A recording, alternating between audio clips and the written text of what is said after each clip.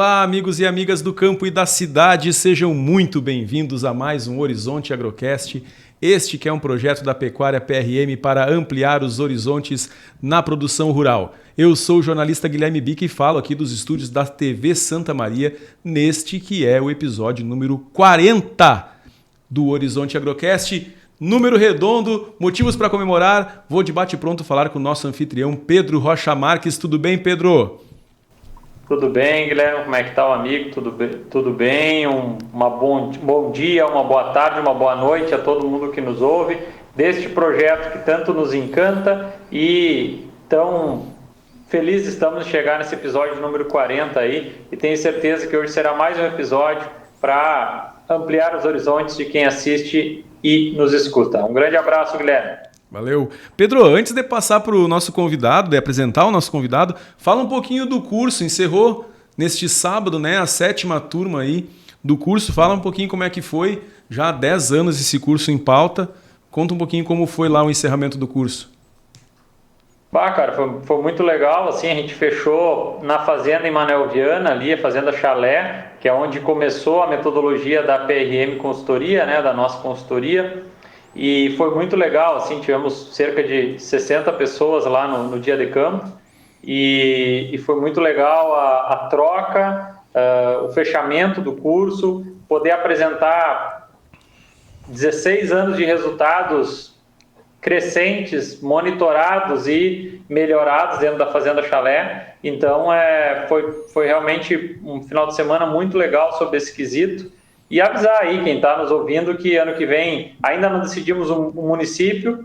Se você está afim que seja na sua cidade, entra na rede tanto do Horizonte Agrocast como da Pecuária PRM e diga: quero na minha cidade, que seja em tal cidade, tá? A gente vai avaliar aí qual a cidade que tem mais interessados para aí sim desenvolver o curso e poder também atualizar. Se o objetivo do Horizonte Agrocast é ampliar os horizontes de quem escuta e quem assiste, o curso de atualização é atualizar e também ampliar os horizontes de quem faz pecuária.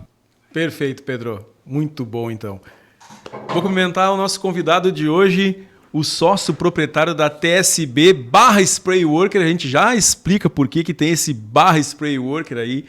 Leonardo Kozorowski Veiga, ele que vai falar hoje aqui no Horizonte Agrocast, episódio número 40, sobre inovação e tecnologia na pulverização agrícola, a revolução eletrostática da Spray Worker.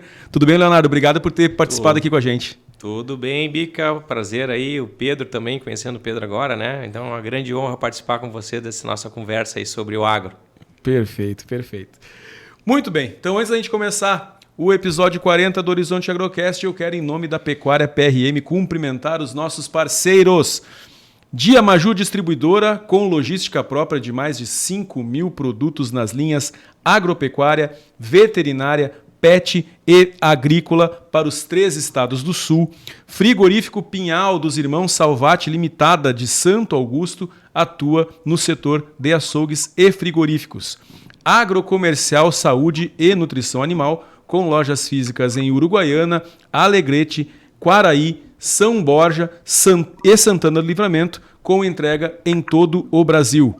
Accelerated Genetics, há 27 anos no mercado nacional, comercializando sêmen bovino nacional e importado, além de material de inseminação artificial. Ouro Fino Saúde Animal, reimaginando a saúde animal. Agropecuária Moresco, há 30 anos plantando confiança e colhendo resultados, fábrica de rações, concentrados, núcleos e sais minerais. MSD Saúde Animal, MSD Saúde Animal, que tem como propósito melhorar o bem-estar das pessoas e a saúde dos animais. E, claro, Veterinária Marca e Sinal, solução do pet ao pasto. Nosso maior patrimônio é a satisfação do cliente. De Itaqui, mas com entrega em toda a fronteira oeste. Contato permanente com os proprietários Paulo e Sérgio. Vamos então começar nosso Horizonte Agrocast, que tem novos episódios toda quinta-feira no YouTube da Pecuária PRM, Spotify do Horizonte Agrocast e também canal 19 da Claro Net, ou seja, canal da TV Santa Maria para quem está no coração do Rio Grande. E aí, claro, todos os sistemas de IPTV. E além disso, eu sempre falo, não esqueça de seguir o Horizonte Agrocast no Instagram e no TikTok, é lá que a gente coloca os cortes, os fragmentos daquilo que de mais importante aconteceu nos episódios inéditos. Inovação e tecnologia na pulverização agrícola, a revolução eletrostática da Spray Worker. Por favor, Pedro, antes de eu falar aqui o currículo do nosso convidado, traça o caminho da nossa conversa. Cara, na pegada que a gente busca ter no Horizonte Agrocast, de ampliar o horizonte, nos despertou o interesse a questão dessa nova metodologia, né? A nova, não tão nova assim, nova para nós, né? E a gente poder abordar e entender o porquê ela foi criada, quais as vantagens, quanto de redução de custo quem aplicar essa tecnologia pode ter. E ninguém melhor do que o Leonardo poder falar bem sobre todas essas ferramentas, que é o desenvolvedor dessa técnica. Então, a gente poder entender e explorar bastante para eliminar essas dúvidas e também, por que não, aumentar o uso dessa metodologia dentro do Brasil, Rio Grande do Sul e, por que não, mundo. Isso aí. Aliás, o Leonardo tem histórias também desta busca por mercados no mundo aí para nos contar. Ele que é engenheiro mecânico e sócio-diretor da TSB/Spray Worker, é também presidente do Sindicato das Indústrias Metalúrgicas, Mecânicas e de Material Elétrico de Santa Maria, o SIMAI, vice-presidente de Indústria da Câmara de Comércio e Indústria de Santa Maria, CACISME, e membro do Conselho Superior da Agência de Desenvolvimento de Santa Maria, a ADESME. Já atuou como oficial temporário do Exército Brasileiro, fundou a Tecnopampa e também a TSB Indústria de Máquinas Limitadas e foi professor do curso de Engenharia Mecânica da Universidade Federal de Santa Maria. Mais uma vez, bem-vindo ao Horizonte Agrocast, Leonardo, e obrigado por estar aqui presencialmente, né? Toda vez que a gente tem um convidado aqui nos estúdios da TV. Obrigado por ter vindo até os estúdios da TV para fazer o nosso 40º episódio do Horizonte Agrocast. Eu que agradeço, né? Estamos aí agora, vamos conversar um pouquinho sobre essas novas tecnologias. Valeu. Vamos lá. Pedro, quer fazer a primeira pergunta? Bom, normalmente nos moldes, né, que a gente vai fazendo, antes de entrar no assunto específico mesmo, vamos conhecer melhor o Leonardo, ele poder contar a trajetória dele desde da sua infância até os dias de hoje, como é que o Leonardo chega até hoje com essa empresa, com esse desenvolvimento, mas antes disso, se ele puder nos contar um pouco da trajetória dele, onde nasceu, e aí sim a gente vai conversando normalmente dá em torno de uns 20 a 30 minutos aí de um bate-papo, conhecendo melhor o convidado, para a gente entender aonde ele está hoje. Leonardo, então conta para nós aí um pouco da tua trajetória de vida, para que os ouvintes e a audiência possam te conhecer melhor. Tá bom, Pedro, vou ter que pular umas partes aqui, porque senão já passar muito tempo contando essa história. O Bico já me conhece um pouquinho melhor, mas se eu tiver contar tudo aí vai passar bastante tempo, tá? Mas vamos lá, vou tentar resumir aqui para caber aí no nosso espaço aí. Bom, meu nome é Leonardo Veiga, né? Eu sou engenheiro mecânico, nasci aqui em Santa Maria, sou filho de Santa Maria, né? Nós estávamos conversando aqui, eu e o Bica. A maior parte dos empresários e empreendedores de Santa Maria não nasceram aqui, eles vieram de fora, né? Então eu sou um dos poucos aí que acabou ficando e empreendendo em Santa Maria, né? Construindo raízes aqui, solidificando os seus negócios aqui na nossa terra. Mas, enfim, bom, eu sou filho de professores, né? O meu pai era professor da universidade, minha mãe era professora do estado, né? E desde cedo eu sempre gostei muito de tecnologia.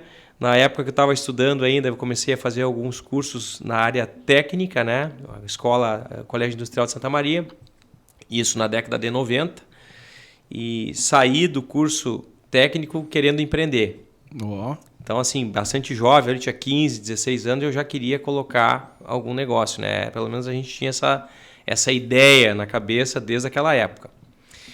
Bom, mas aí as coisas vão evoluindo, o tempo vai passando, né? A gente chega na época de ir para o Exército, né? Para servir. Eu acabei sendo convocado para o NPOR aqui no parque.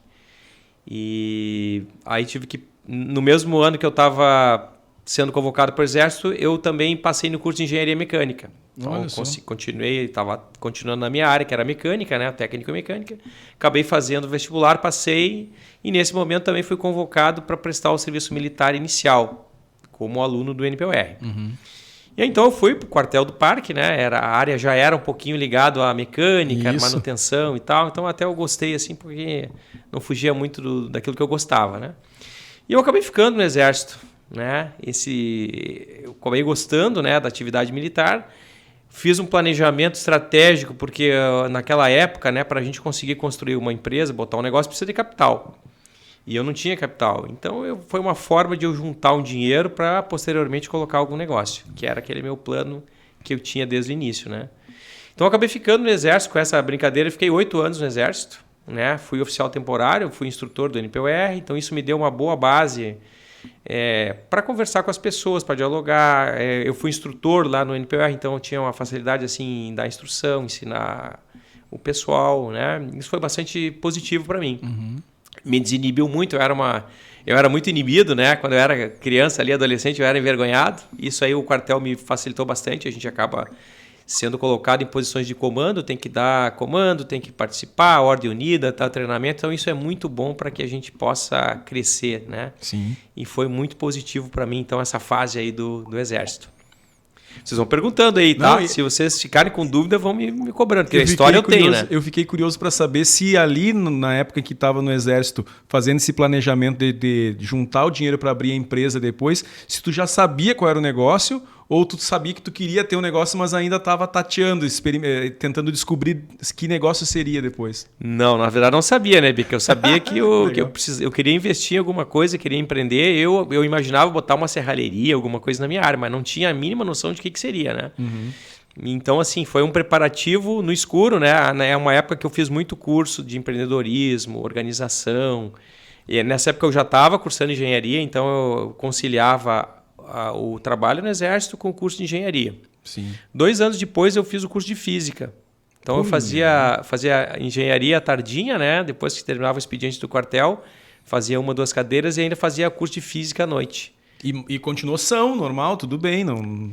Mais ou menos, né? Eu fiquei assim do jeito que eu sou, né? O cara era do quartel, fazia engenharia e à noite para descansar ele cursava física, né? Daí por isso que eu perguntei se ele continuou tudo certinho. Eu fiquei com uma certa sequela, né, Bica?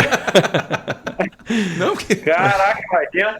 O processador dele eu acho que é 11, hein, cara? Enquanto o nosso é 3 ou 4, dele é 11. Isso, eu tô no Pentium ainda, eu nem... Não, então... Na verdade, né, o que acontece? Eu tinha sempre assim, um pensamento que eu tinha. O tempo passa igual, né? Então a gente tem que tentar aproveitar, fazer o maior número de coisas possíveis, porque o tempo vai passar, né? Sim. E então eu consegui aproveitar bastante esse tempo. Eu juntei um dinheiro, trabalhei, né, no Exército, eu fiz engenharia, né? Quase terminei, faltou uns 2 anos antes de eu sair para me terminar a engenharia, porque eu não conseguia cursar todas as cadeiras, né? Sim. Como o meu horário lá no quartel do parque era até as 4, eu só pegava algumas disciplinas fora do horário. Às vezes eu pegava uma dispensa do comandante lá e fazia alguma cadeira de manhã e tal, mas era uma coisa assim esporádica, eu não conseguia fazer isso o tempo todo. Então eu acabei demorando para me formar, né? Quando terminou meu tempo no Exército, eu demorei 2 anos para formar engenharia, daí eu acabei me dedicando bastante. Tinha uma época que eu fazia 12 cadeiras, porque eu estava fazendo engenharia e física à noite, né? Aí, quando a coisa apertou mais no final do curso de engenharia, eu tive que optar. Ou eu terminava a engenharia logo, ou fazia física. Então, eu acabei parando com a física, né? Não consegui terminar o curso, ficar para ir no meio do caminho. Daí, aproveitei para fazer curso de inglês, né? Treinar um pouquinho línguas, que ficou com muita hora sobrando. Então, eu acabei aproveitando fazendo um cursinho de inglês, que foi bastante positivo para mim, né? Porque profissionalmente, depois, a gente usa muito inglês na área técnica. Então, basicamente assim, esse foi o meu começo, né? Como que eu comecei ali, como que eu comecei a empreender. Bom, aí eu tinha me capitalizado, né? Tava com essa ideia de colocar uma empresa, mas eu percebi que eu não tinha experiência na área industrial. Então, quando eu me formei em engenharia, eu acabei procurando emprego, né? Eu vou ter que aprender um pouquinho, né, essa lida aí na indústria para depois eu poder empreender, né? E esse ensinamento que eu tive, esses livros que eu li, o pouco que eu me informei, eu descobri que eu ainda tinha muita coisa para aprender. Tinha que aprender alguma coisa sobre a área de gestão, né? Sobre negócio, sobre técnica, sobre cliente, sobre vendas. Então, ainda o meu aprendizado ainda não estava completo. E aí, para isso, eu acabei indo trabalhar numa empresa em Santa Maria, que é a Tor Máquinas, né? Que é uma fábrica de máquinas assim, bem conhecida em Santa Maria, uma das maiores do metal mecânico. E lá foi uma escola para mim. Então, eu lidei por todos os setores da empresa, conversei com muita gente, aprendi, trabalhei em projeto, trabalhei na parte administrativa, na gestão. Então, isso foi muito positivo para mim. E lá eu acabei conhecendo o meu sócio na Tecnopampa, né? Que foi a minha primeira empresa. Uhum. E nessa época eu estava fazendo um mestrado. Eu fiquei 2 anos, 3 anos na TOR e estava fazendo mestrado. E eu queria fazer máquinas CNC, né? Máquinas computadorizadas. Esse era o meu propósito lá, o meu trabalho de mestrado era isso aí. E isso me proporcionou desenvolver um equipamento que eu acabei colocando posteriormente no mercado e abrindo a Tecnopampa em 2005. Que aí tem uma outra história bastante longa aí que eu posso contar um pouquinho para vocês. Isso, vamos seguir por essa linha aí. Que máquina... Que máquina é essa? Vamos lá, Pedro. Bom, então esse foi o meu começo, né, na área industrial. Eu trabalhei, né, na TOR, adquiri um pouquinho mais de experiência, eu já tinha esse capital que eu tinha juntado durante o tempo do Exército. E aí conheci o meu sócio, estava fazendo um mestrado desenvolvendo um equipamento CNC. E bem na época, a TOR estava com necessidade de comprar uma máquina para cortar chapa. Uma máquina de corte a plasma. Que é uma máquina, uma mesa grande, né, que a gente coloca a chapa em cima. E a gente faz o projeto das peças que vai cortar no computador.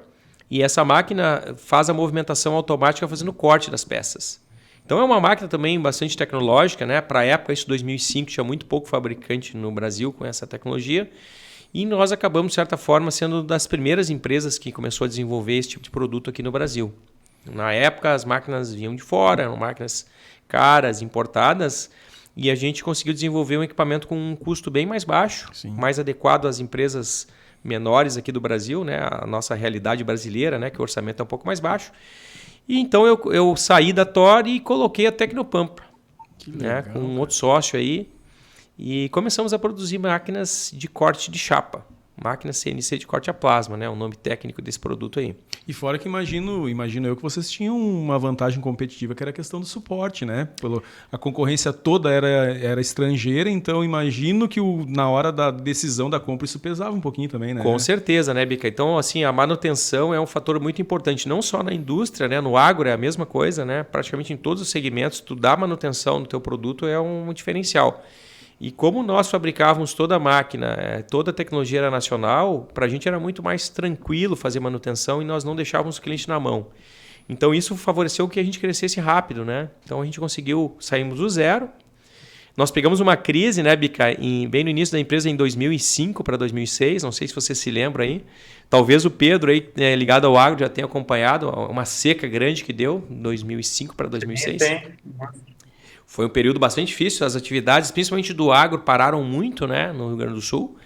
E a gente estava começando o negócio bem nessa época, aí, nesse olho do furacão aí, com essa seca. Então foi bastante complicado, o pessoal não estava investindo. E foi um período bastante difícil, bem na época que nós estávamos começando a construir a empresa no Distrito Industrial, um prédio. Sim. Então nós terminamos o ano sem dinheiro, sem serviço e o prédio não estava terminado. Então foi um começo, assim, para variar, bastante tumultuado, como normalmente todo negócio aí no Brasil acaba acontecendo, né? Nunca é fácil, o começo sempre é complexo. E aí a TSB, dentro desse... Aí tu continuou com a Tecnopampa por quanto tempo, mais ou menos? Bom, aí vamos contar um pouquinho mais. Então, assim, daí a Tecnopampa começou a crescer, nós colocamos muitas máquinas no mercado, nós colocamos aí em torno de 600 máquinas no mercado. Nossa! Então tem muita empresa, principalmente do agro, né, que produz implemento agrícola e maquinário, tem muito cliente. Aqui em Santa Maria, Agrimec, SR, TOR, praticamente todas as empresas aqui de Santa Maria tem máquinas nossas, né? Nós tínhamos 20 e poucas máquinas só em Santa Maria. E a gente botou máquina no país inteiro, né? Então não era só aqui, São Paulo, Minas, enfim, todos os estados praticamente tinham equipamento nosso. E era muito forte no agronegócio, né? O plasma, ele é uma tecnologia que é utilizada para cortar chapa mais grossa, tem uma capacidade de cortar espessuras mais altas. Então o maquinário agrícola, como ele usa muita chapa espessa, né? Tem que ser um material robusto, ele é muito adequado para ser utilizado o plasma. Então nós temos muito cliente nessa linha. E aí a gente colocou muita máquina e tal, até que veio uma crise, né? Que foi a próxima crise aí, 2014 para 2015, que também tivemos uma grande crise brasileira, né? Que foi a segunda maior crise aí depois, só perdendo aí para para a crise de 1929 e 30, né? Que teve uma grande freada na economia brasileira e o nosso negócio começaram a despencar. O negócio de máquina começou a cair, começou a cada vez definhar mais. E aí, logo na sequência, eu acabei conhecendo uma pessoa, né, que é o meu sócio, que é o Adriano Marim, que é um outro parceiro nosso lá, que trouxe a tecnologia eletrostática e apresentou para a gente. E aí nós começamos uma nova caminhada com a TSB. Ótimo. É aí que a gente... Esse é o ponto do nosso programa de hoje. Exatamente, é aí que a gente começa com essa nova tecnologia, né? Então aí, a gente estava com uma empresa cada vez faturando menos, estava em busca de alguma tecnologia nova, algum produto novo, e surgiu essa possibilidade da eletrostática. Então nós agarramos essa oportunidade e começamos a trabalhar em cima, né, do produto, porque o nosso parceiro na época tinha já um desenvolvimento, mas o produto não estava pronto ainda para o mercado. Então nós fizemos um grande trabalho de engenharia e utilizamos essa experiência que nós tínhamos com o maquinário, né? Porque na verdade, assim, durante esses anos de Tecnopampa, que foram mais ou menos aí praticamente 15 anos aí que nós trabalhamos com produção de maquinária, a gente fabricou muito equipamento especial, muito projeto. Eu fabriquei muita coisa para o exército, né, Bica? Aparecia, como eu tinha alguns amigos no exército, eles me traziam alguns desafios lá. O cara queria adaptar um fuzil em cima de um tanque para dar tiro, para diminuir o custo de tiro. Eu ia lá e fazia. Aí surgiram os carros Leopard com os tanques de combustível furados, com problema de ruptura. Aí eu fiz tanque para o Leopard. Aí os caras queriam fazer um alvo móvel para dar tiro, não sei, eu ia lá e fazia. Então a gente se envolveu em inúmeros projetos. Não só na área de maquinário, mas alguma coisa dentro do exército também, projetos especiais. Que legal, cara. E isso nos deu uma boa bagagem assim, de projeto, de desenhar peças, desenhar componentes, encontrar soluções para problemas difíceis, né? Que nos deu essa bagagem aí para conseguir enfrentar esse problema da eletrostática e desenvolver realmente o produto que está no mercado hoje, que é um grande diferencial, que nos orgulha muito, né? Ter criado esse produto aqui em Santa Maria, e daqui a gente está com esse produto já no mundo, em vários países, né? Então é um grande orgulho para a gente ter conseguido desenvolver e chegar ao ponto que chegamos hoje. Perfeito. Ô, Leonardo, para entender essa chegada da eletrostática, assim, no caso, o Marim, acho que tu falaste, né? Isso, o Adriano Marim. O Adriano Marim foi quem te apresentou a parte da eletrostática, confirma? Exatamente. Tá. Ele, por exemplo, ele tinha uma empresa no exterior que ofereceu para ele e ele entregou para vocês pleitearem, ou ele, durante um estudo na universidade, ele viu que era interessante a eletrostática e aí convidou vocês para serem parceiros de produção? Na verdade, assim, ele desenvolveu esse equipamento, começou a fazer manutenção, né? Existiam alguns equipamentos eletrostáticos para aviação no Brasil, e ele começou a ter contato com esse material, fazia conserto desse equipamento e acabou descobrindo como é que funcionava. Então ele procurou outra empresa, né, em Porto Alegre, para fazer esse produto, fez uma parceria com os caras, mas acabou não dando certo. O produto não vingou, tinha problemas, né? E ele acabou saindo de lá e aí começou a procurar outro caminho para desenvolver esse produto. E aí que ele acabou nos encontrando. Então era um produto que já tinha sido evoluído, não veio de universidade, veio da manutenção, da experiência que ele tinha no dia a dia, né? Basicamente o conhecimento do que existia no mercado e um aprimoramento daquilo que já existia para poder fazer aqui no Brasil. E aí ele trouxe isso para nós de uma maneira assim incipiente, o produto tinha problema, não conseguia fazer funcionar. E a gente trabalhou bastante em cima daí junto com o que ele já tinha, né? Ele tinha ido até um certo ponto. A gente pegou daquele ponto e levou o produto adiante e conseguiu um novo patamar de desenvolvimento da tecnologia. Que legal, que legal. Pedro, acho que a gente podia perguntar agora para o Leonardo para ele explicar direitinho no que consiste a tecnologia da pulverização eletrostática para o pessoal se orientar melhor do que a gente está falando aqui, que tal? Vamos lá então, tá? Vamos começar pelo começo. Pedro, na verdade, assim, eu vim da área de engenharia, né? Tu é da área do agro, aí tu conhece melhor do que eu. Mas nós, na engenharia, já usávamos a eletrostática, né? Só que na pintura. É bastante famosa aí a pintura eletrostática. Basicamente, todos os equipamentos agrícolas de alta qualidade, eles usam a pintura eletrostática. A pintura eletrostática é aquela que vai no forno, né? Tem um pó, a gente coloca uma carga elétrica nesse pó, e esse pó, quando ele chega perto da peça, ele é atraído para a peça. É uma técnica muito antiga já na engenharia mecânica, né? A gente já usa isso aí há cerca de 60 anos ou mais, com grande sucesso. A gente consegue economizar muita tinta porque o produto ele chega perto da peça, ele é atraído. Então aí tu tem muito menos desperdício de material. E essa tecnologia é muito difícil de ser usada no agro, né? Porque o agro, tu conhece, é um ambiente hostil. Tem pó, tem barro, tem chuva, tem produto químico, tudo que é tipo de dificuldade, tem fragmentos do material da própria lavoura que na hora da pulverização eles sobem, né? E acabam batendo no produto, acumulando. Então, assim, o agro é um ambiente complexo. Sim. E comparando com a pintura eletrostática, ele é feito no ambiente CNTP, que a gente chama, né? Sim, coloca lá exatamente, no forno, tudo direitinho como manda o figurino para poder ser realizado. Com certeza, né, Bica? A pintura eletrostática geralmente é feita numa cabine de pintura. Imagina, Então, essa cabine de pintura é um ambiente preparado, né? Com todos os condicionantes ali são estabelecidos. E além disso, normalmente a pintura ela é a pó, é seco. E a pulverização ela é líquida. E aí o que acontece? Para a gente colocar carga elétrica na gota, a gente precisa, ou no pó, a gente precisa de alta tensão. E a gente sabe que alta tensão e umidade não combinam, né? Então, assim, são duas coisas antagônicas. Sempre que a gente tem alta tensão, a gente tenta evitar a eletricidade. Todo mundo sabe, né? Que se estiver de pé descalço, for metendo o dedo na tomada, vai tomar choque. Ou até no chuveiro, né? O cara ele toca ali, se tiver um cortezinho, ele toma um choque. Então, água e eletricidade são coisas que não combinam muito. E para que a gente pudesse fazer a pulverização eletrostática, a gente tinha que unir essas duas forças antagônicas, a água e a eletricidade. Essa era a grande dificuldade aí da eletrostática na agricultura. Então, voltando um pouquinho, né, contando essa história para vocês, lá pelos anos 80, por aí, né, no mundo inteiro começaram a tentar implementar a eletrostática na pulverização. Então, surgiram alguns projetos ao redor do mundo, né, tentando fazer esse sistema funcionar. O que aconteceu? Eles tentaram durante os anos 80, os anos 90, os anos 2000, surgiram alguns produtos no mercado, mas que não vingaram, entraram e saíram. Porque eles tinham muitos problemas técnicos, ou era muito caro, ou exigia muita manutenção. Então ninguém conseguia fazer esse negócio funcionar. Então era uma grande briga, né? Conseguir fazer um sistema que funcionasse em condições de lavoura. E foi isso que a gente conseguiu desdobrar, conseguiu fazer, né? E criamos aí um produto que é bastante simples de instalar, fácil, descomplicado, e que consegue ser utilizado no campo sem problema nenhum de manutenção, sem nenhum percalço, ele pode trabalhar e a gente consegue utilizar ele normalmente na agricultura. Perfeito. Tem alguma pergunta, Pedro?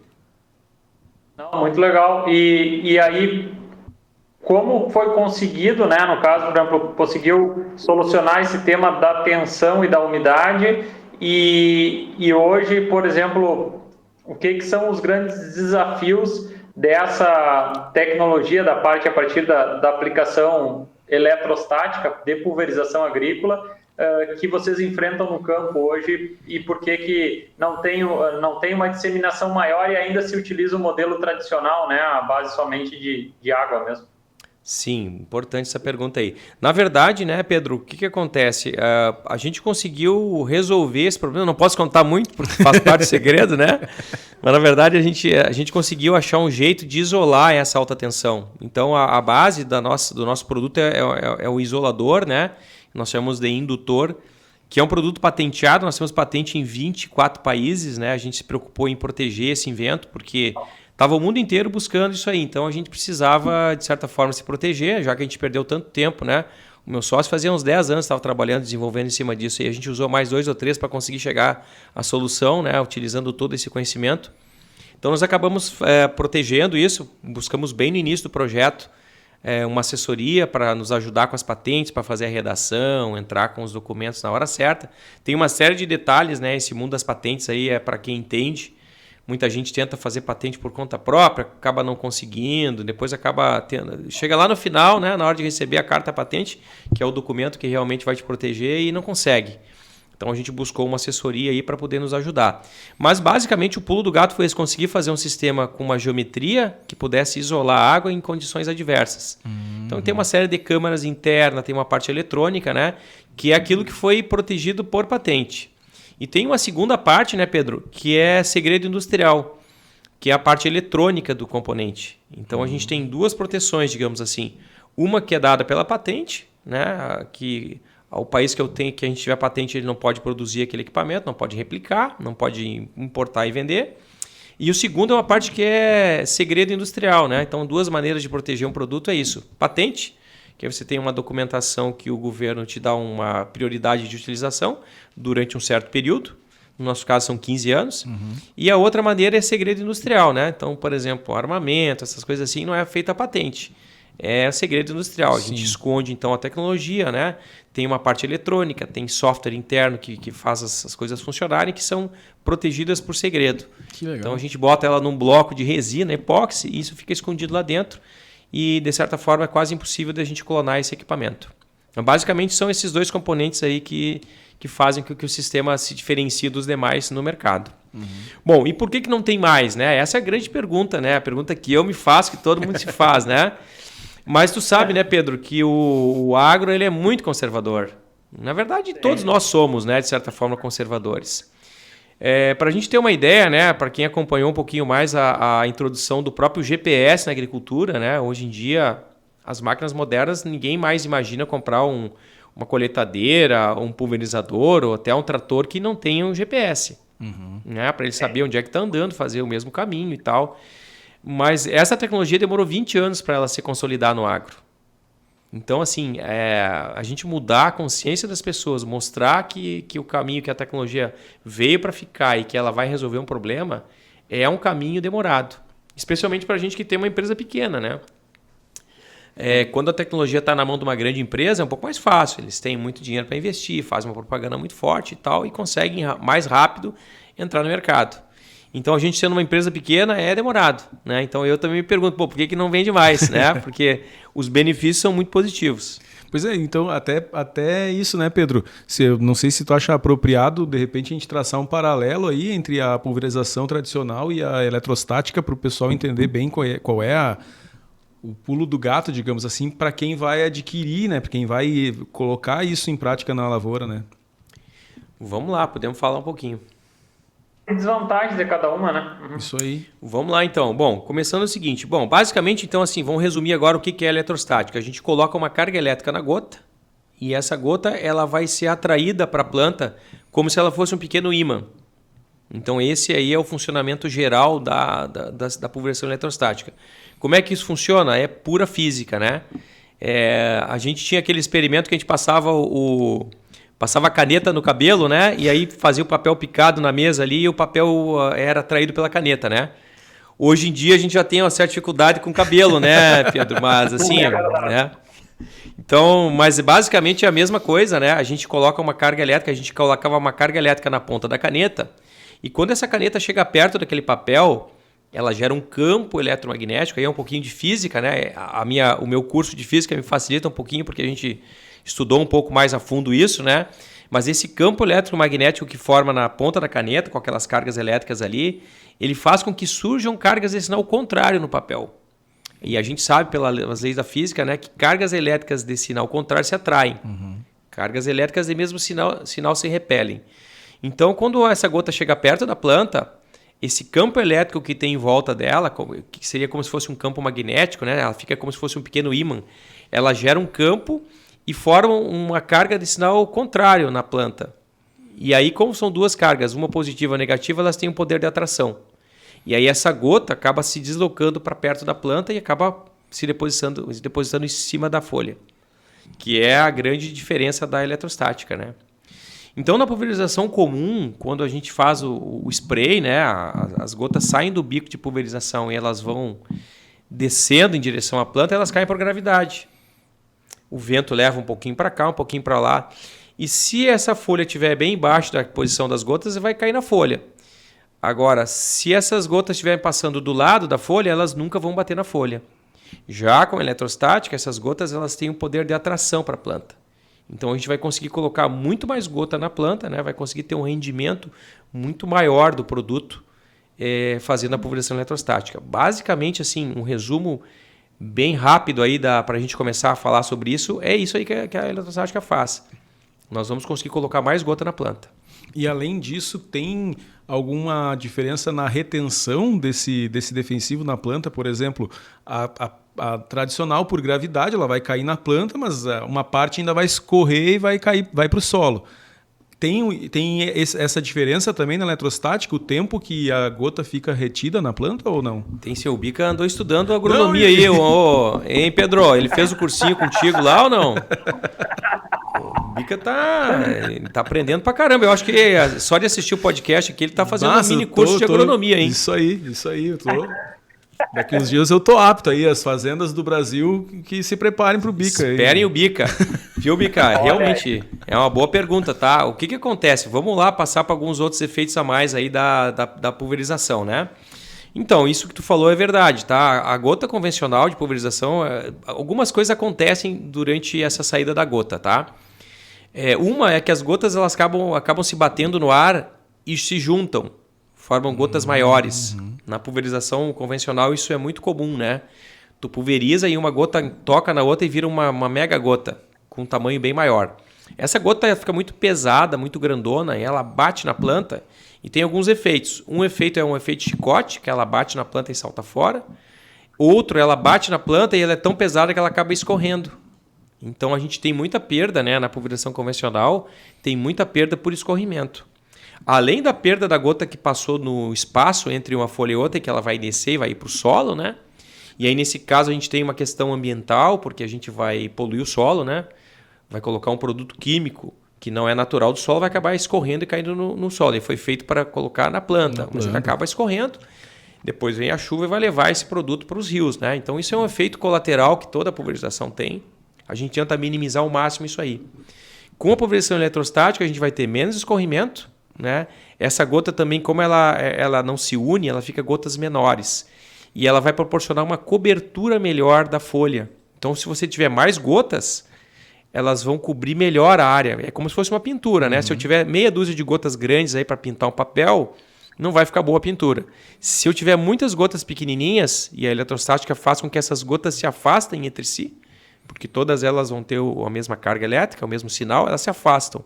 Então a gente tem uma cobertura muito melhor da pulverização, além dessa adesão na planta e menor escorrimento. Eu não sei se foi, eu não sei se o Pedro quer complementar alguma coisa, Pedro?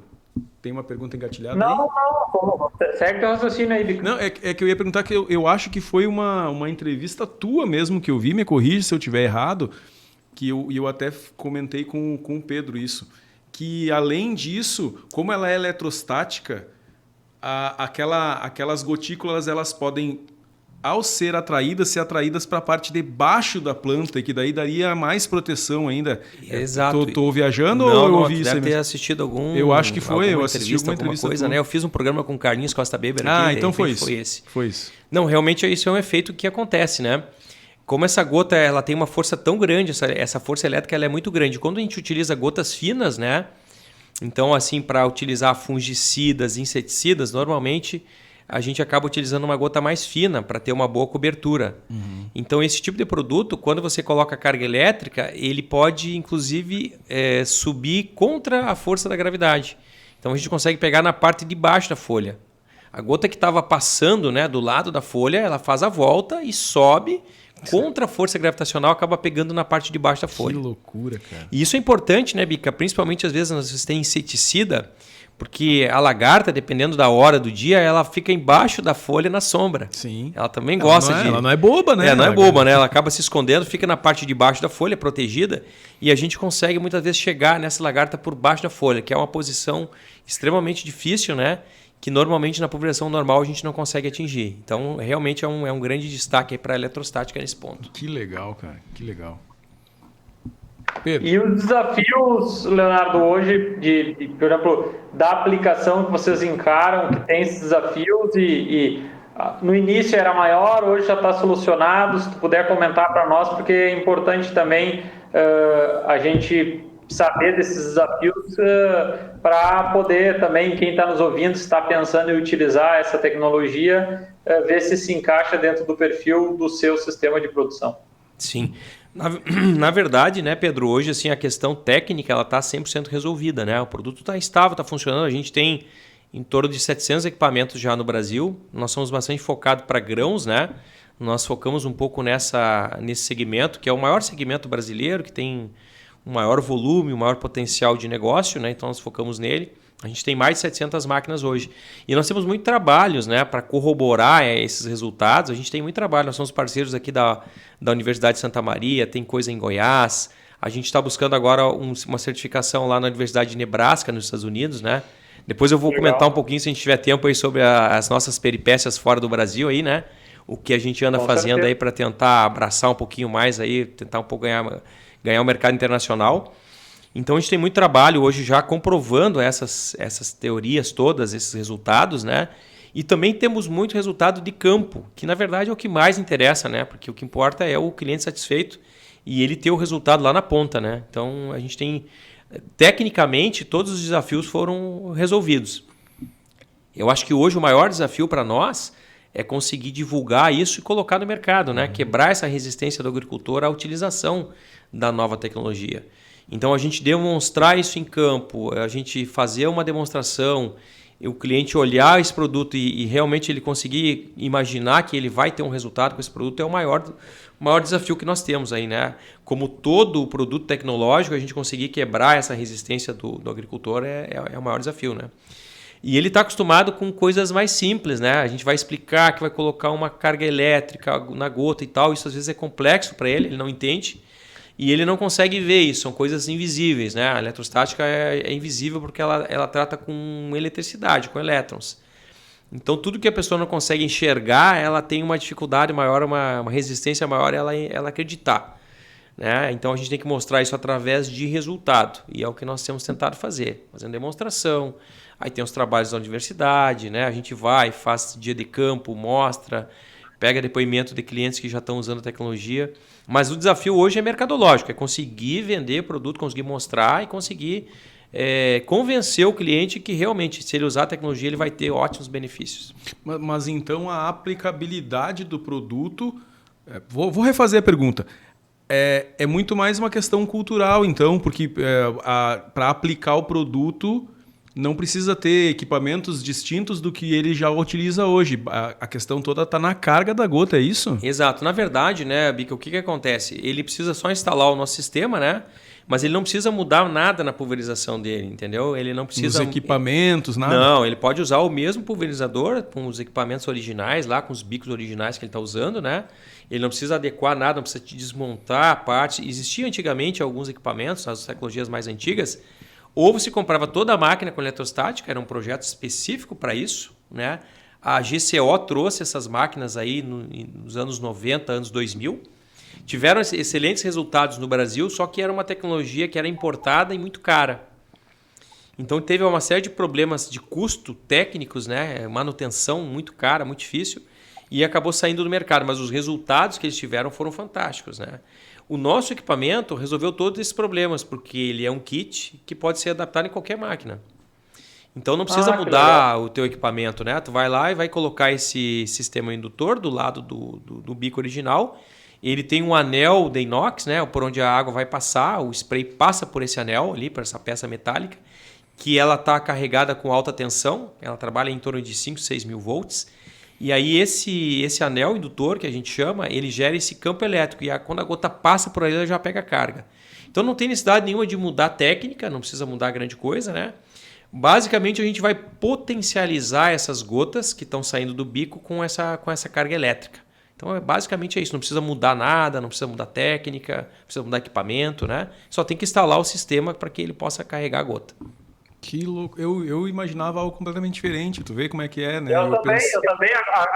Agora clareou, mas olha, clareou como água de fonte. Tá louco. De repente, hein, Pedro? O que está faltando tá faltando a minha comunicação para fazer o cliente entender isso, né? Como é que funciona?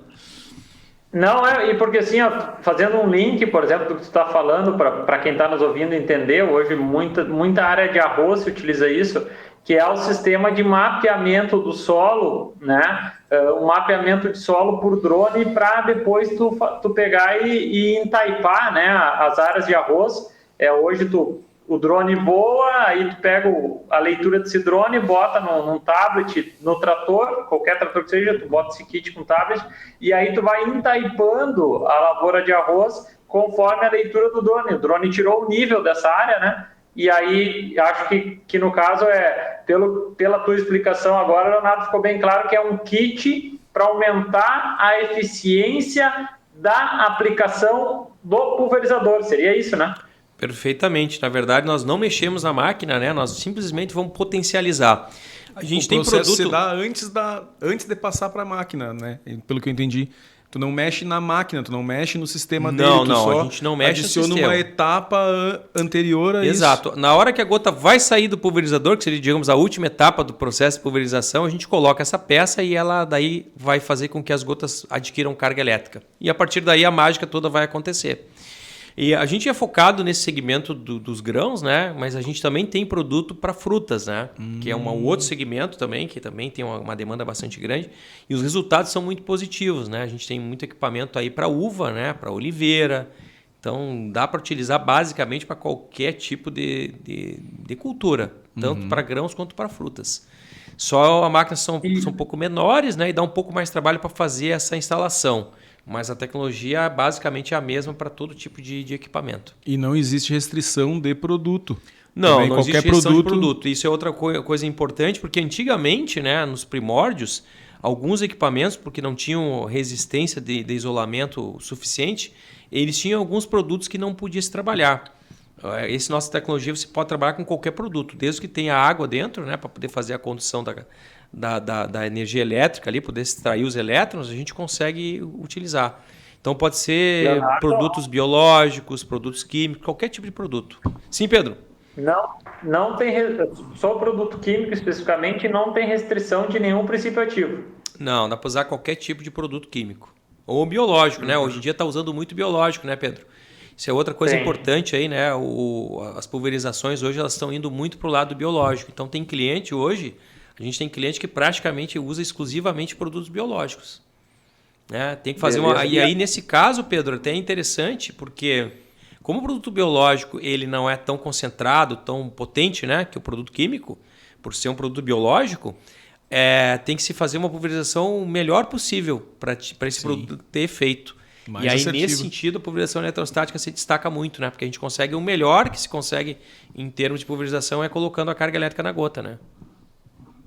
E, Leonardo, assim, comparando, vamos dizer, uma aplicação convencional sem a carga elétrica e com a carga elétrica, a gente, quanto por cento, né, vamos dizer, de uma aplicação de um glifosato, por exemplo, que bastante gente utiliza, quanto por cento a mais a planta, em quanto tempo se representa de menor tempo de entrada na área por uma maior concentração desse produto na aplicação?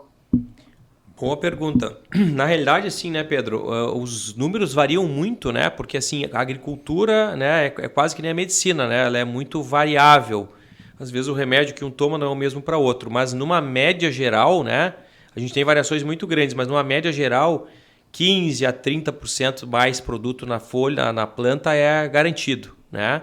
Tem alguns casos que a gente tem mais de 100%, né? Quanto mais aberta a geometria, vamos, por exemplo, assim, o milho, né?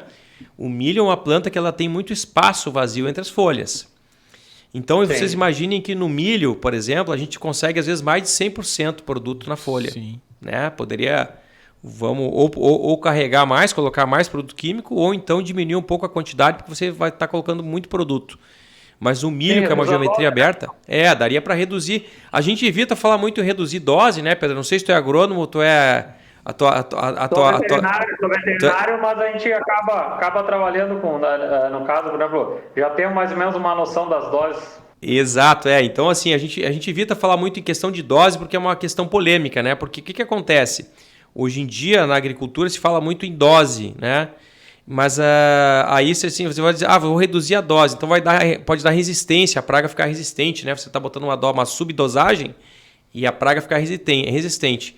No nosso caso, a gente tem que ter muito cuidado para falar em mexer em dose, porque uma coisa é quando se aplica e outra coisa é quando se chega na planta. Uhum. Então, a gente reduz a quantidade de produto aplicado, mantendo ou aumentando a dosagem na planta. Sim. Então, são temas assim que são um pouco tipo um tabu na agronomia, você falar em reduzir dose, mas na verdade a gente consegue aumentar a eficiência, né? E aí dessa forma a gente, em vez de pulverizar, por exemplo, com 100 litros por hectare, poderia pulverizar com 80 e colocar 10% a mais de produto na planta, ou 15% ou 20%.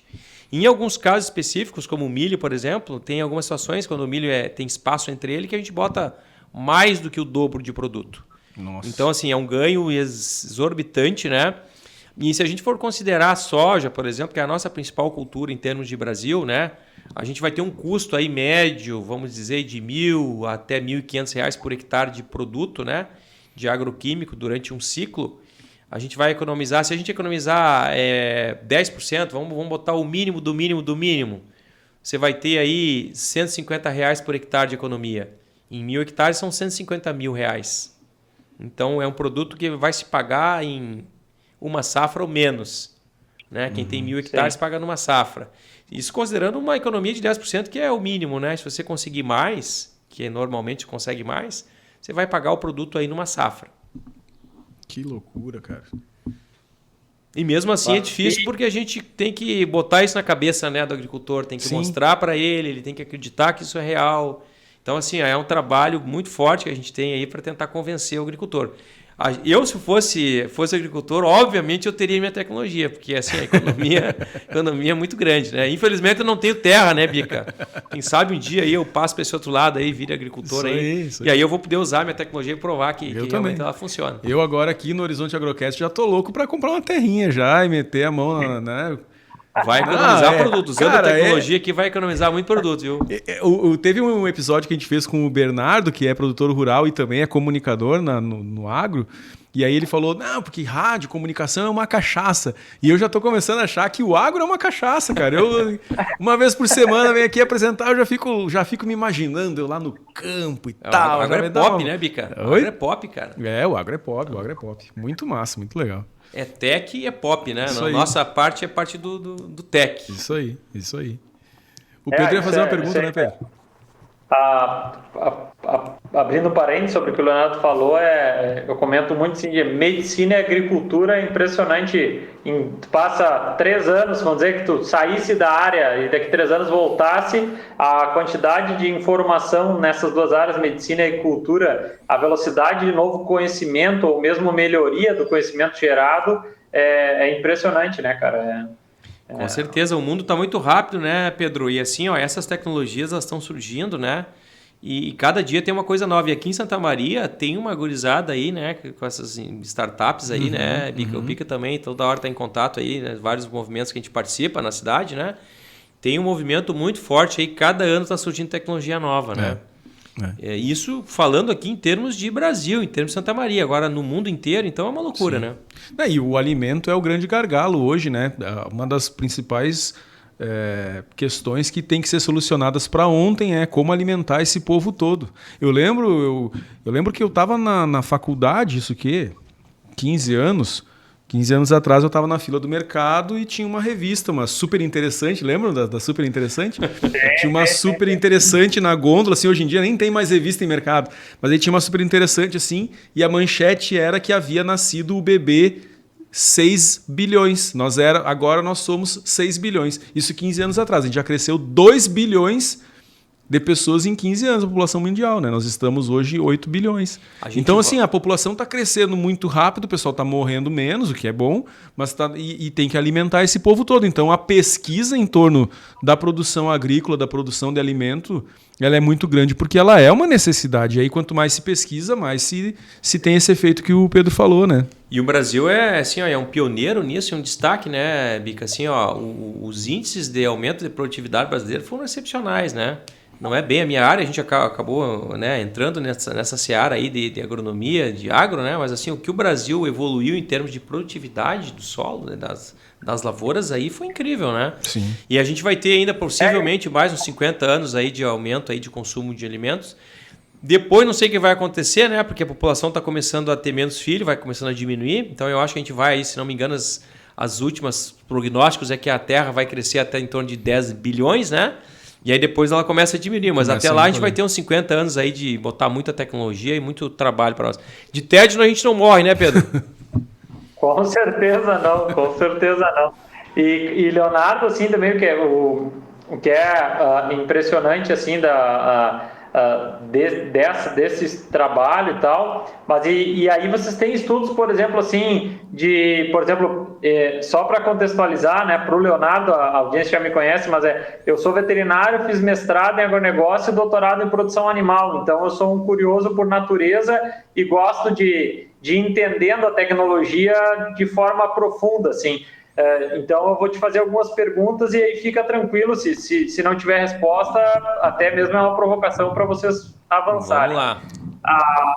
A questão de, por exemplo, há quanto tempo, vamos dizer que um cara comprou há 10 anos atrás e ainda está usando essa tecnologia de vocês. Vocês não têm o dado de quanto reduziu em uma área específica a quantidade de invasoras que ele tem, ou quanto reduziu o custo dele de aplicação, porque vocês devem ter dentro desse portfólio alguns clientes que já usam há bastante tempo esse produto, né? Então, se tem esse trabalho, porque eu acho que hoje o agro, na verdade, ele é menos... claro, depende muito do perfil, é muito heterogêneo, mas na sua maioria, cada vez mais, inclusive com os clientes recomendando, se busca utilizar tecnologias que são duradouras, né? E não somente algo de um momento, por conveniência e tal. Então, gostaria de te ouvir sobre esse ponto, se tem esse relato de clientes que já vêm usando há muito tempo e que benefícios eles já vêm tendo com o uso dessa tecnologia. Pedro, esse benefício aí ele é médio, né? Na faixa de 10% a 30% é o resultado prático desses clientes que utilizam a tecnologia. Claro que varia muito de um cliente para outro, né? E na agricultura a gente tem um problema, às vezes, que é a pressão de praga, né? Então, muitas vezes, ele não economizou produto do ano para o outro, mas ele conseguiu controlar melhor a praga e teve um melhor rendimento.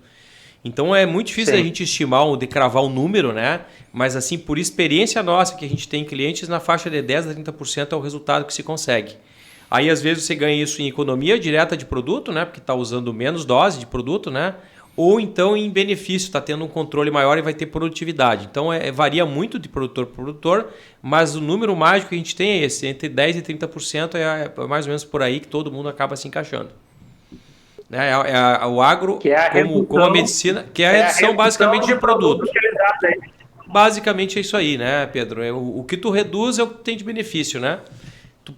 Às vezes tu pode não reduzir porque tu quer controlar melhor a praga, né? Então a agricultura tem isso. Às vezes tu está tendo uma infestação muito forte, tu continua aplicando o que tu aplicava, só que tu tem o benefício de tu controlar muito mais. Sim. Mas se não fosse eletrostática, daí tu teria que aumentar. Eu teria que aumentar uma dose, colocar mais produto, sair mais caro. Então é esse valor que a gente tem, que é o rendimento que a gente consegue mensurar ele fazendo aplicação com papel ou com espectrofotometria, né? Que a gente pulveriza uma tinta, né? um corante, e aí depois a gente lava a folha da planta e consegue medir quanto de produto a gente colocou. Isso é uma outra técnica que também é utilizada muito na agronomia, né? Nas universidades. A gente tem equipamento lá na empresa, então a gente faz isso de tempos em tempos, aplica o corante, extrai as folhas, né? Daí a gente faz a lavagem com um número X de líquido ali, uma quantidade limitada de líquido, sempre a mesma. Depois a gente mede a área da folha e a gente consegue saber quanto de produto colocou em cada centímetro quadrado de folha. Nossa. E aí a gente consegue chegar nesses números aí, de 30, 40, às vezes até mais, né? Dependendo da situação aí. Mas numa média geral, esse 10 a 30 é o número que você vai ter de economia aí a longo prazo. E quanto mais tempo tiver o equipamento, mais ele economizou. O que a gente fica pensando, às vezes o cara demora 2, 3 anos se decidindo, né? E diz, se tivesse comprado 2 anos atrás, estava pago já a tecnologia e agora ele estava só tendo benefício. Sim. Sim, muito legal, muito legal. E tá com a ideia, comentaste que estão com a ideia, já estão fazendo ampliar, vamos dizer, o market share fora do Brasil, vender mais produtos fora do Brasil. Na tua visão, vocês estão tendo uma maior aceitabilidade do produto fora do Brasil do que dentro dele, ou é tanto quanto? Na verdade depende, né, Pedro? Assim, a exportação é um desafio, né? A exportação é um grande desafio para todos, né? Para qualquer empresário exportar, porque são culturas diferentes, né? Então, em cada lugar vai ter uma aceitação, às vezes tem questão de concorrência, de preço, câmbio, né? É um grande desafio, mas no geral nós estamos tendo uma excelente aceitação, né? Desde o início, como a gente começou a trabalhar com patentes, a gente começou a visualizar esse mercado externo. Hoje a gente já tem equipamento em 12 países, né? Então tem alguns mercados que estão muito promissores. Um mercado muito positivo para nós é a Turquia, né? Nós temos um parceiro lá na Turquia que é fabricante, que está nos comprando equipamentos em quantidade, né? Esse ano agora ele comprou 50 equipamentos, esse próximo ano agora a promessa é de 100 equipamentos, que é um volume bastante grande para a gente, né? A gente está entrando agora ultimamente na Austrália, né? Então assim, lá na terra dos cangurus a gente tem equipamento, temos 3 equipamentos, então lá é uma possibilidade boa de negócio, né? Está surgindo muito negócio por lá. E começamos a trabalhar muito forte nos Estados Unidos, que é um outro mercado que na hora que a gente conseguir acertar a mão lá e o cliente começar a entender o benefício da tecnologia, é um mercado que é gigantesco, né? E aí fora isso a gente tem América Latina, Uruguai, Paraguai, Argentina, Bolívia, Equador, tem equipamento no México, a gente tem equipamento na Europa, Espanha, Portugal, Grécia, Holanda, e aí vai. Então assim, mas é um grande desafio, né? Tem lugares que vai mais rápido, outros lugares vão mais devagar, mas de qualquer forma assim, a aceitação da tecnologia é muito boa, né? Porque a gente não tem concorrência em nível mundial. É muito pouco fabricante de equipamento eletrostático mundo afora. Então, qualquer lugar basicamente que a gente chega, a gente é bem recebido, né? E o pessoal está procurando isso aí. A Europa procura muito por questões ambientais, né? Então, sim, o europeu lá ele não está preocupado em economizar produto, muitas vezes. Ele está preocupado com o meio ambiente. Então, essa nossa atuação na Turquia, né? Ela visa atingir o mercado europeu. Né? Esse fabricante lá ele exporta para a Europa, não só o mercado turco, mas também a Europa. E eles buscam muito a questão, essa pegada ambiental. Eles querem. E eles têm muito problema com o vizinho, né? As propriedades são pequenas, então o cara tá plantando um negócio e do lado dele tem uma cerca e tem uma cultura totalmente diferente. Então ele tem que ter muito cuidado no que ele está aplicando, né? Para não ter deriva. Isso é uma outra questão que nós não comentamos, né, Pedro? Essa questão da deriva, né? Para quem não conhece, deriva é aquela névoa de produto que é impulsionada pelo vento e vai parar na lavoura vizinha ou vai parar em outro local. Então a gente reduz muito a deriva também. É um grande problema e a eletrostática faz um papel fundamental no controle de deriva, né? Porque essa gota mais fina, que é a gota que normalmente acaba sendo levada pelo vento, ela é a que tem mais carga elétrica, é ela que vai ser mais atraída para a planta. Então tem um benefício subliminar aí do controle da deriva também. Show. Que legal. E em drone, esse equipamento já pode ser instalado em drone também ou não? Estamos fazendo aí, agora tá adivinhando aí, viu, Pedro? A gente está com um projeto aí, pioneiro aí de colocar isso em drone, tá? Nós começamos uns testes agora, tá? Com drone aqui na região de Santa Maria e estamos desenvolvendo a tecnologia. Esperamos que mais ou menos aí, em torno de um ano aí, a gente já tenha algum resultado preliminar aí dessa tecnologia em drone, tá? Legal. Tem algumas dificuldades técnicas aí de implementar, né? Porque o drone você tem que trabalhar com peso muito baixo. E esse nosso equipamento, ele, de certa forma, ele é um pouco pesado. Então, a gente tem que trabalhar em cima de projeto para desenvolver peças com peso bastante reduzido, para que a gente não perca muita autonomia do drone, né? Não adianta a gente querer aumentar a eficiência em 30% e botar 30% de peso, que daí você vai perder cauda, né? Então, uma coisa não compensa a outra. Mas a gente está trabalhando nesse projeto secreto, agora não é mais, né? Acabamos falando aqui, né? Estamos trabalhando num projeto secreto para drones aí. Beleza, tu tinha comentado, não sei, Pedro, se tu tem alguma outra pergunta engatilhada, eu queria que ele contasse essa questão da parceria com a Universidade de Nebraska.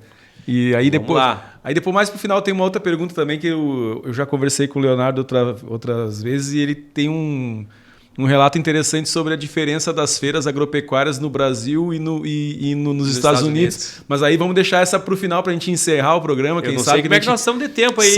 Não, a gente bateu 1h05 agora. A gente tem mais uns 15 minutinhos ainda. Tá. Vamos lá. Bom, Nebraska, então. Isso aí. Como é que funciona a Nebraska? Bom, na verdade, assim, nós pegamos uma consultoria para nos ajudar com o mercado americano. A gente ia assim, de mão abanando para lá e participar de feira e tentar vender é muito complexo, né? Então a gente buscou a ajuda de profissionais. Encontramos uma empresa aqui no Brasil que faz esse tipo de trabalho, né? Traz empresas dos Estados Unidos para cá e leva a empresa brasileira para lá. Então nós começamos a fazer um trabalho, né? Expondo em feiras. Eu já fui em 4 feiras nos Estados Unidos, fomos 2 feiras do ano passado e mais 2 feiras esse ano. E a gente está nessa prospecção, né? E esse parceiro nosso lá dos Estados Unidos conhecia um pessoal da Universidade de Nebraska, pessoal da área de agronomia lá. E aí tu vê como o mundo é pequeno, né, Bica?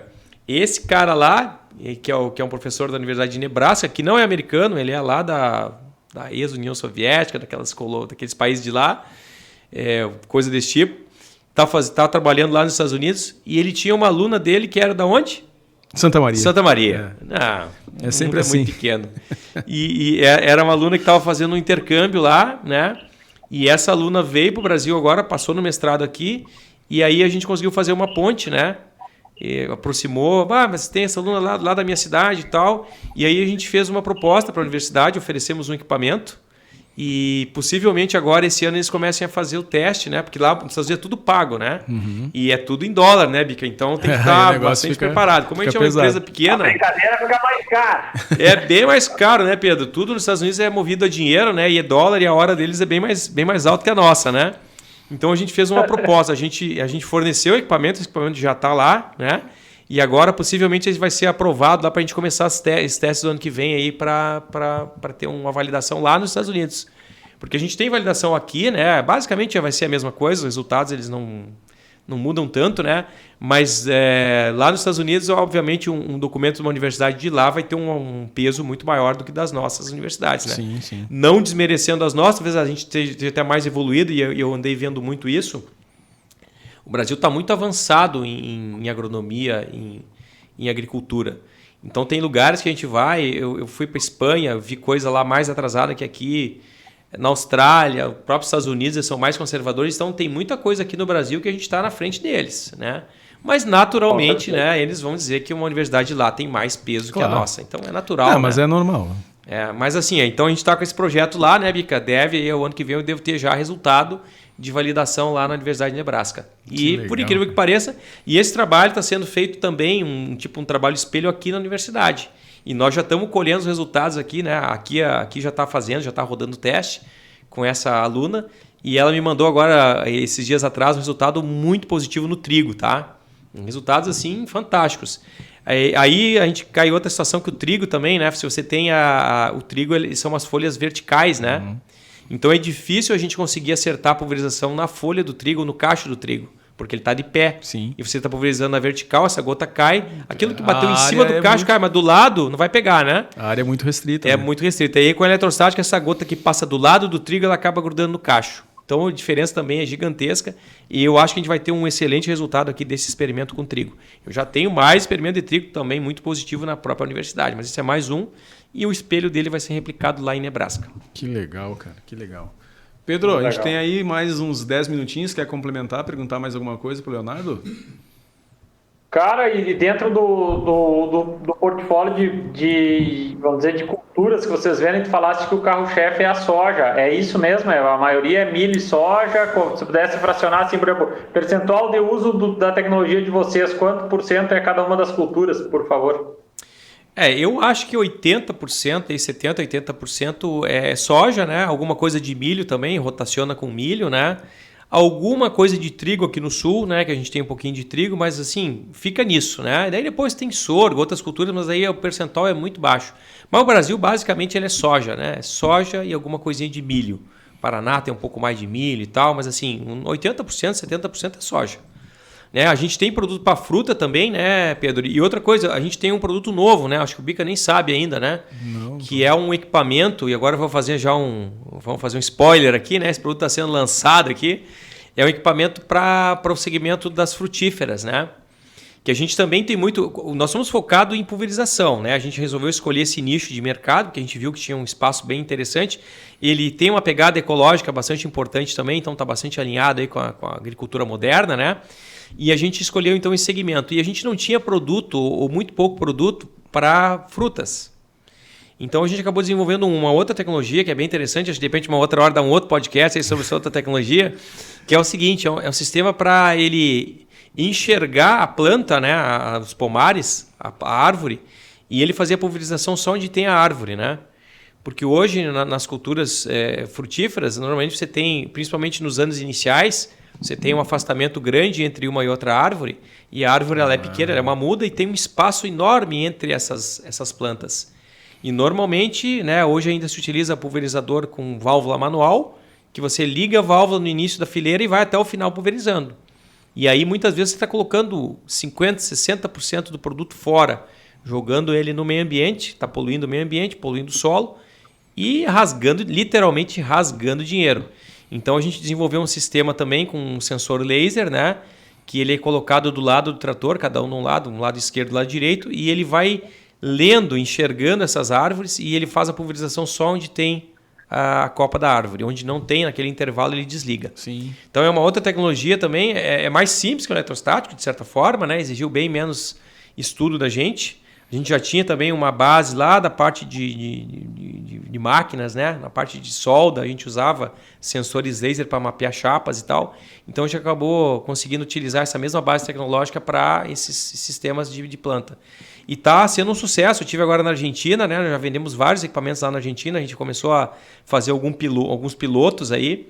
E fui para uma feira de noz pecan na Argentina, vendemos 3 equipamentos. Estou mandando agora, está sendo exportação, estou com as caixas prontas lá na empresa.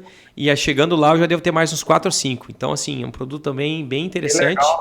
Né? E às vezes aquela história, né, Pedro? O santo de casa não faz milagre. Então, às vezes, tu vende mais fora do que aqui dentro. Mas é um produto que eu nem lancei aqui no mercado, né, Bica? A gente está ainda, né? Estamos engatinhando com ele. Isso aí. Que legal, cara.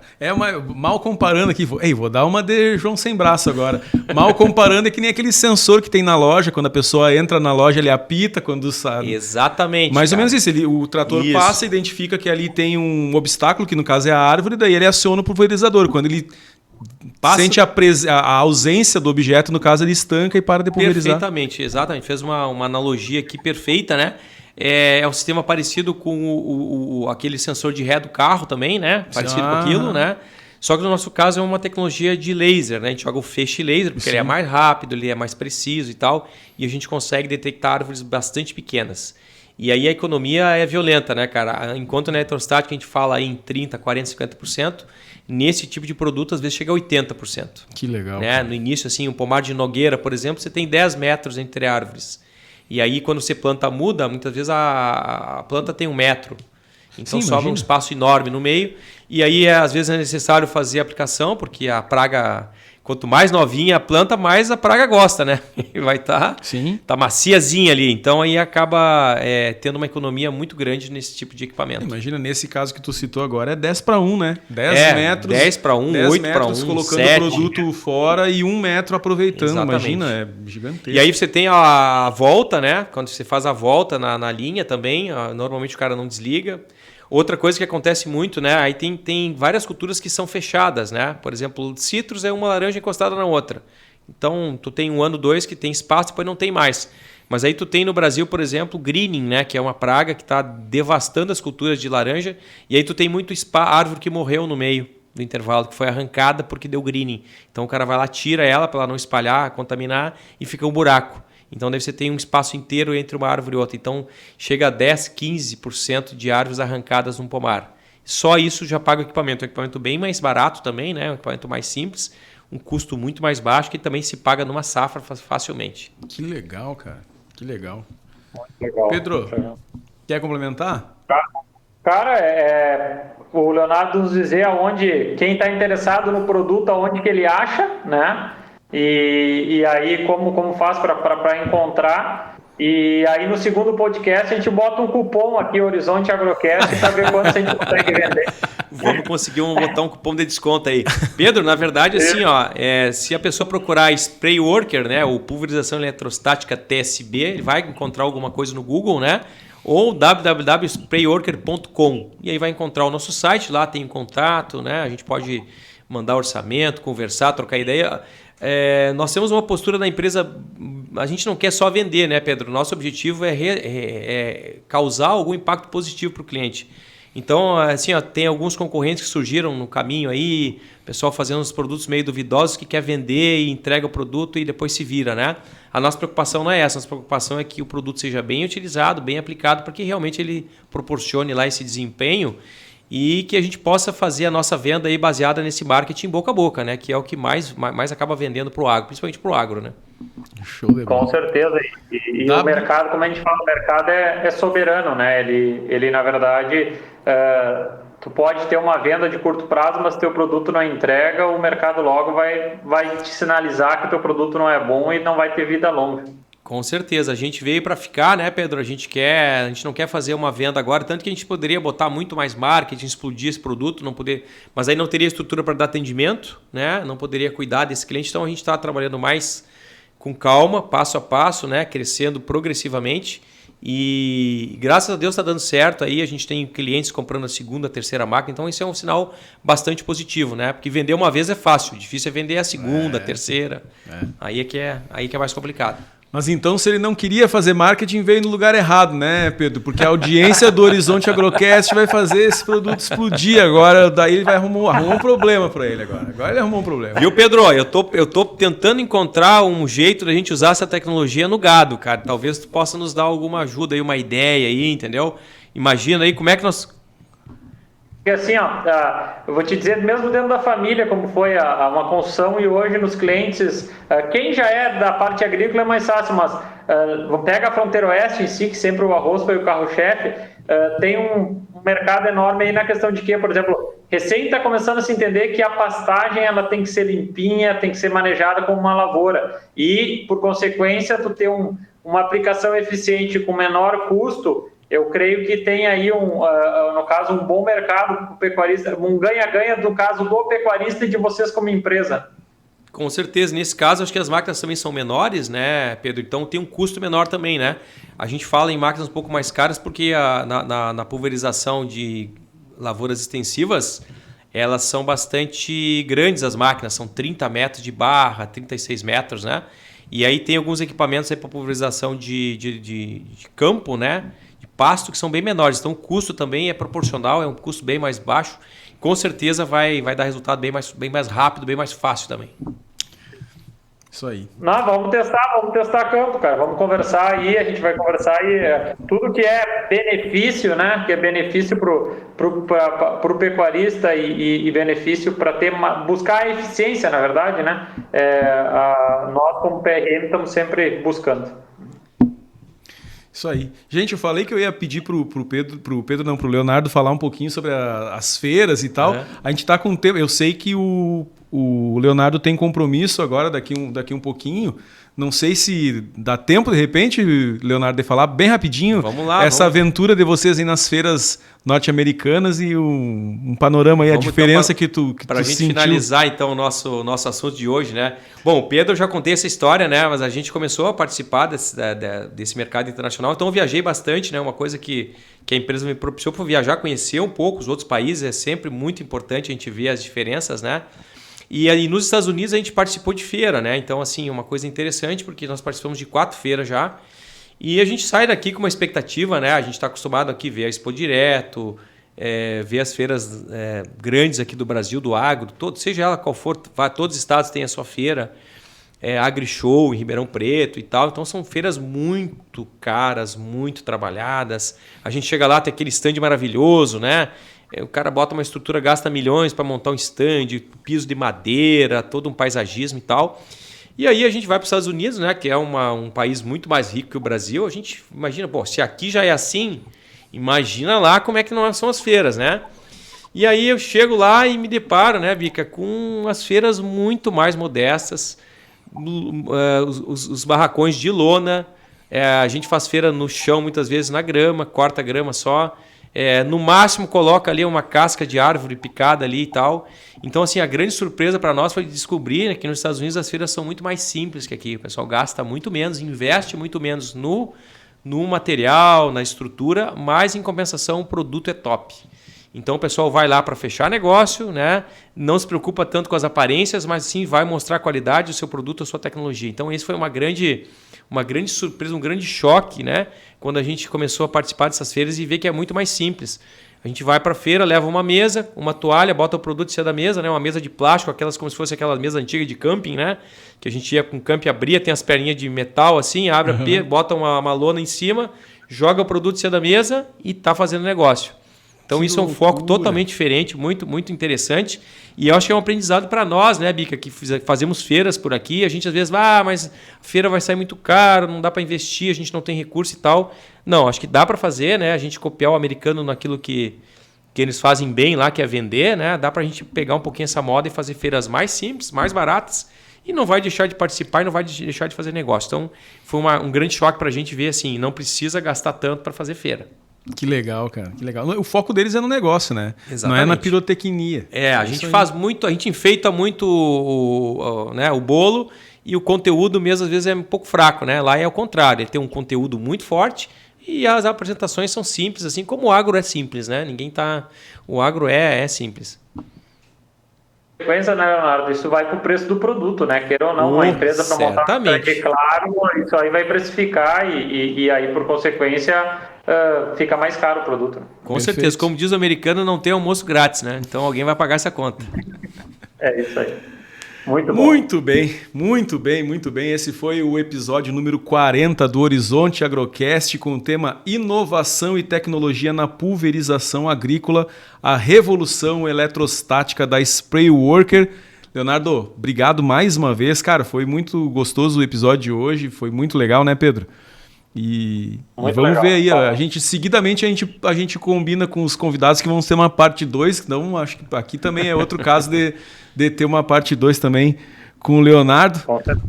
Obrigado, Pedro, obrigado, Leonardo, mais uma vez. Obrigado a você também que nos acompanhou até o final de mais um Horizonte Agrocast. Nos despedimos, como sempre, com um convite para que você siga o Instagram e o TikTok através do @Horizonte Agrocast e também no YouTube e no Spotify da Pecuária PRM. Toda quinta-feira, episódio inédito no YouTube da Pecuária PRM. Muito obrigado à Veterinária Marca e Sinal, Diamaju Agrícola, Frigorífico Pinhal, Agrocomercial Saúde e Nutrição Animal, Accelerated Genetics, Agropecuária Moresco, Ouro Fino Saúde Animal e MSD Saúde Animal. Obrigado aos nossos apoiadores e não esqueça que a sua participação é muito importante. Deixe seu comentário, sugestão, crítica, sugestão de entrevistado, em qualquer um dos canais disponíveis que você estiver assistindo este episódio. Agradecemos a sua audiência e esperamos você no episódio do Horizonte Agrocast número 41 na próxima semana. Valeu, tchau, tchau.